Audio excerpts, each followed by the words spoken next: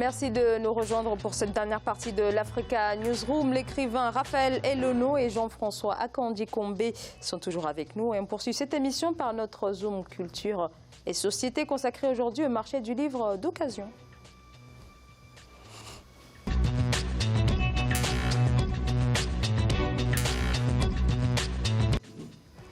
Le marché du livre d'occasion se développe de plus en plus et c'est précisément le cas au Cameroun, surtout en cette période de reprise des cours. Les livres d'occasion, une bonne affaire pour les parents aux revenus modestes. Voyez ce reportage de Sharif Ousmane Bardunka. Au Cameroun, entre le livre vendu en librairie et celui que l'on retrouve dans la rue, les contraintes financières obligent les parents d'élèves à choisir les livres d'occasion. Les lieux d'échange et de vente sont généralement les carrefours populaires. Sur les rayons, par terre, dans les cartons, empilés les uns sur les autres, ils font le bonheur des parents d'élèves et autres amateurs de lecture à cause de leur prix relativement bas. À chaque fois, les livres, il faut les changer. Et les enfants aussi qui les déchirent, qui n'entretiennent pas comme il se doit. Et avec le coût de la vie, on est obligé de se rabattre vers le poteau. Donc c'est la raison pour laquelle je suis là. Le poteau, c'est plus moins cher. Si on a la chance de trouver un livre un peu propre, c'est plus moins cher que dans les librairies, quoi. Et puis le rang. Dans les librairies, il y a les rangs. Non seulement tu as ton... Même pour celui qui en a, il faut s'aligner. Donc je viens chercher ici là parce que si j'ai moins cher et facile, c'est facile. Par rapport à la librairie, il y a trop de protocoles, on doit trop te suivre. On doit te dire fais ceci et ça nous perd le temps. Et c'est fatigant. Alors qu'ici, je viens, je trouve mes livres et je paye directement, je vends à moins prix, pas plus de 5 000 francs. Ouais. Dans ces librairies improvisées, encore surnommées librairies du poteau, on peut y trouver tout type d'ouvrages. Il y a là des chefs-d'œuvre de la littérature, les manuels de sciences, les dictionnaires et tout autre livre scolaire correspondant aux divers domaines de l'apprentissage. Des ouvrages édités pour l'essentiel en Europe. Si les vendeurs de livres d'occasion semblent trouver leur compte, ceux-ci sont victimes cependant du changement fréquent des manuels au programme scolaire et de la rareté de certaines éditions.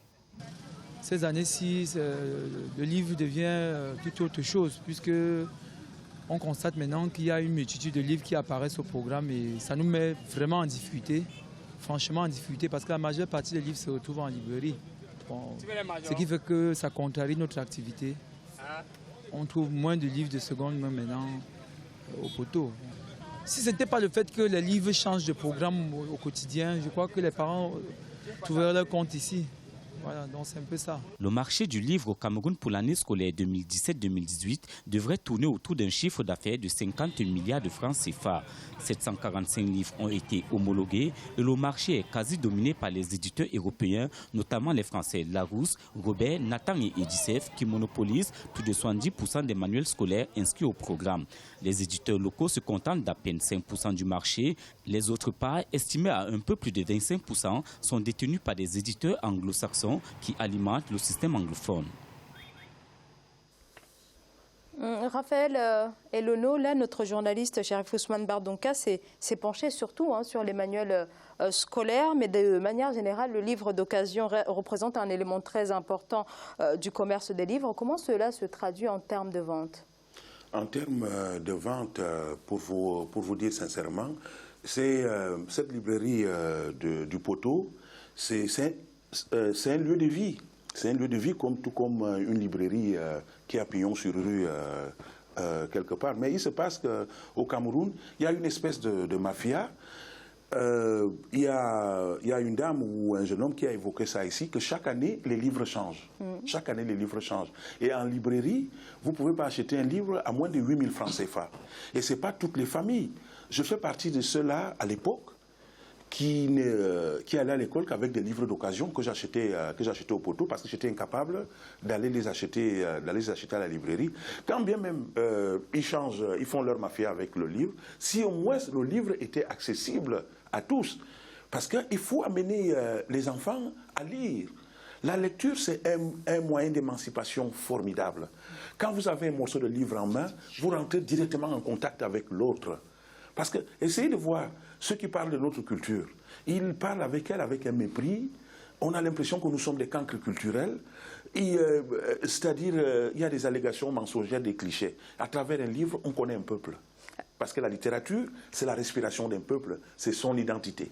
Alors justement, on compte aujourd'hui près de 800 millions d'adultes analphabètes sur le continent, soit 16% de la population. Donc je répète encore, 800 millions d'adultes analphabètes. Est-ce que ce marché parallèle peut inciter à la promotion de l'alphabétisation et à la lecture? Oui, il peut pousser. Tant que les librairies classiques ne baissent pas de prix, cette librairie du poteau peut participer beaucoup à éduquer le peuple. Parce qu'il faudrait que les Africains, que nos enfants lisent. Il faudrait qu'ils lisent. Parce que les autres, ils ont pu tromper nos citoyens. Pourquoi? Parce que nous n'arrivons pas à lire pour essayer de voir là où est la vérité. Vous voyez l'éminent travail que nos aînés comme Cheikh Anta Diop a fait par le passé. C'est grâce à la lecture que nous autres, nous avons découvert ce travail-là et que nous pouvons maintenant démentir tout ce qui nous a été raconté. Pendant des années, on nous a dessiné un roman comme quoi la Grèce antique était l'épicentre de l'intelligence planétaire. Et on découvre aujourd'hui que ces Grecs, eux-mêmes, ils ont écrit que c'est en Afrique qu'ils ont étudié. Et donc, cette librairie du poteau, il y a un de vos confrères dans un média camerounais qui disait que le problème aussi avec les livres camerounais, ils sont faits dans du papier vraiment, pas du papier de qualité. Ce qui fait qu'ils s'abîment vite. Et ce qui fait qu'ensuite, l'État se retourne vers les livres qui viennent de l'Occident. Et nos enfants apprennent vite l'histoire des autres. Que leur propre histoire du continent. Moi, je prends toujours un exemple tout simple chez moi. Quand je passais l'épreuve orale du brevet des collèges au Cameroun, on m'a demandé à l'oral de parler du succès des nationalités dans les Balkans et en Italie. Et moi, j'ai toujours posé la question, pourquoi on n'a jamais demandé à un étudiant, à un élève français, de nous parler de la fameuse bataille de Kirin après de Koulikoro au Mali, où Sundiata Keita avait vaincu Soumanguru Kanté. Si vous leur posez la question, ils ne sauront pas. Mais nous, on connaît leur histoire au bout des doigts parce que tout simplement, on leur fait lire. Moi, je n'ai rien contre que les gars lisent Germinal, qu'ils lisent Zola, qu'ils lisent qui. Moi, je n'ai rien contre ça. Mais il faudrait ajouter une bonne dose de notre culture et le livre est là pour... nous avons eu des éminences comme Cheikh Anta Diop que j'ai cité, comme Sembène Ousmane, comme Mongo Betty, voilà, comme Ferdinand Oyono, voilà des gens qui nous ont abreuvés. Ils ont abreuvé notre adolescence. Et nos enfants devraient continuer à aller vers notre culture. Jean-François. Oui, sur cette affaire-là, il y a juste deux, trois choses que j'ai envie de dire ici. Premièrement, que les librairies du poteau, nous avons intérêt aussi à valoriser des activités qui sont des activités nécessaires chez nous. Nous sommes ici à Paris. Il y a dans une des rues magnifiques de Paris, le boulevard Saint-Michel. Absolument. Vous avez un magasin qui a pignon sur rue, qui est respectable et qui est respecté et qui est une librairie du poteau. Oui, spécialisée dans la vente de livres d'occasion. Dans la vente de livres d'occasion. Et ici, c'est une activité tout à fait noble. Pourquoi, quand c'est chez nous, ça devient une activité dérisoire? Ça, c'est la première chose. La deuxième, c'est qu'il faut avoir conscience que le monde du livre est aussi un monde de requins. Les maisons d'édition, on a parlé tout à l'heure de Hachette, de Larousse, etc. Ce n'est pas Hachette ni Larousse qui va nous produire des manuels scolaires qui sont adaptés à la culture africaine. Et ça suppose. Par contre, Larousse et Hachette ou d'autres encore vont être dans les circuits qui décident des livres scolaires qui sont obligatoires dans nos écoles. Et évidemment, qu'est-ce qu'ils vont choisir? Ils vont choisir leurs propres livres. Et donc il y a là des questions de circuit, d'identité de soi, qui sont importantes dans nos pays africains. Moi, j'ai étudié, par exemple, sur Mamadou et Bineta. Mamadou et Bineta, c'est africain. J'ai toujours regretté qu'en Afrique centrale, on ne soit pas capable de produire quelque chose qui ressemble à nos cultures d'Afrique centrale. Et ça, c'est un enjeu formidable. En attendant, il y a le niveau de revenus des personnes. Les librairies du poteau sont nécessaires. Il nous faut les valoriser. Il faut aussi arrêter avec les tracasseries, sauf peut-être à essayer de les débarrasser des mafias dont tu parlais tout à l'heure. Mais c'est une activité noble et nous avons intérêt aussi à le valoriser comme tel.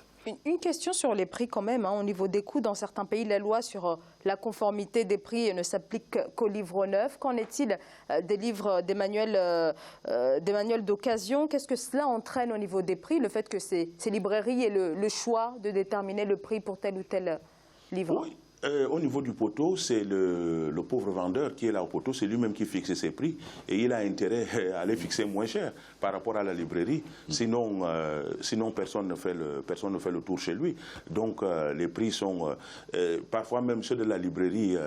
Quand le ministère du Commerce essaie d'envoyer des gens pour aller contrôler les prix, le contrôleur des prix, quand il arrive, on lui donne sa bière. Croyez-moi, il ne va même pas tourner du côté là où il y a le livre. Il prend sa bière, il va boire et puis le reste, démerdez-vous. Donc, au niveau du prix, c'est le pauvre vendeur au poteau qui détermine son prix et il le vend le plus moins cher possible pour qu'il que ce soit accessible à tout le monde. Et croyez-moi, comme disait Jean-François, ça aide beaucoup de familles. Ça aide beaucoup de familles. Et moi, j'ai dit, et il faut discuter avec ces jeunes-là. Ils ne sont pas du tout bêtes. Hein. C'est des grands intellos. Quand vous discutez avec eux, mais vous êtes impressionnés. Vous êtes impressionnés. Mais comme ils sont là au bord de la route, à mettre leurs livres par terre, voilà, ils sont méprisés, on les chosifie.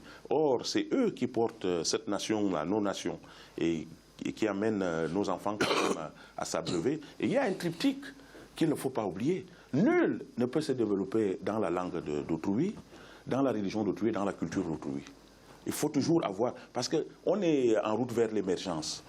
On est en route vers l'émergence. Encore un autre concept qu'on nous a amené, parce qu'à la colonisation, on nous a amené la civilisation. Après, c'était le concept du développement. Après, c'était le concept de la démocratie. Et maintenant, c'est l'émergence. Et tous les Africains, émergence, émergence. Mais tant qu'on n'a pas nos propres outils culturels, croyez-moi, cette émergence ne pourra pas arriver. Alors, sur le livre, une petite... Oui, Jean-François. Oui, vous avez évoqué tout à l'heure la question de l'analphabétisme. Et c'est une question qui, à mes yeux, est en rapport avec ce que tu viens de dire. Parce que, premièrement, un analphabète en Afrique n'est pas bête. Pas du tout. Ça, il faut le poser déjà comme principe. Ensuite, deuxièmement, si l'éducation était faite en fonction de nos cultures, évidemment, il y a des repères. Lorsqu'un enfant, ici en Europe, va à l'école, au CP ou à l'école maternelle, il retrouve des repères qui lui sont familiers, qu'il retrouve dans son village, qu'il retrouve dans son environnement, etc. Nous, on nous pose des choses qui sont abstraites. Ça ne correspond pas à notre culture. Si on mettait en rapport nos cultures et nos valeurs avec l'éducation, je suis persuadé qu'on aurait beaucoup moins d'analphabètes. Après, le reste, c'est les politiques publiques. Et là, on a assez tapé aujourd'hui sur nos gouvernants pour que je ne le fasse plus. Une toute dernière question en quelques secondes. À partir de quel moment un livre d'occasion sort de la catégorie livre d'occasion pour devenir un manuel ancien? Ces livres-là, quand les parents qui ont acheté ce livre-là, parce que qu'est-ce qui s'est passé avant? Parce qu'ils ne changeaient pas de livre chaque année comme ils font là.